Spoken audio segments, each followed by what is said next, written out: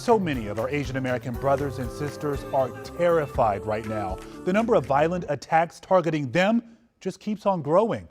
When we saw each other at this time last night, 8 people, 6 of them Asian women, had just been murdered in Georgia. Well, we have new information on that just ahead, but first, D.C. doing what D.C. does. When there's injustice, this city really stands up in solidarity. Here's John Henry.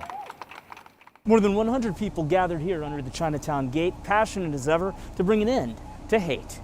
Let people know why we are out here tonight. White supremacists killed my siblings. How many of them?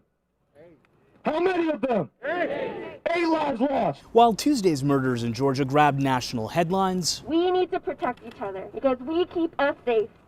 We keep us safe. This crowd said people need to know Asian Americans and Pacific Islanders have been dealing with hatred for much longer than the pandemic. This wave of recognized violence against our communities is not something new. Protesters like Sharon Tang marched with this crowd from Chinatown to the convention center. Asian Americans are left out of the rhetoric on race in America. She said the issue of white supremacy needs to be tackled head on. It's kind of disheartening that it's come to this in order for this conversation to be brought to the spotlight. But some here say they're worried people are already trying to frame this as something else besides a racial issue. Activist Nathan Parks said that cannot happen. I'm angry at the excuses made for a white supremacist who murdered our siblings and the inability of this country to decide if that slaughter of 6 Asian women was racially motivated. The Total Liberation Collective organized this event. They made a few demands, including teaching anti-Asian violence curriculum in schools and disbanding the Asian Liaison Unit, which they find to be ineffective in the Metropolitan Police Department.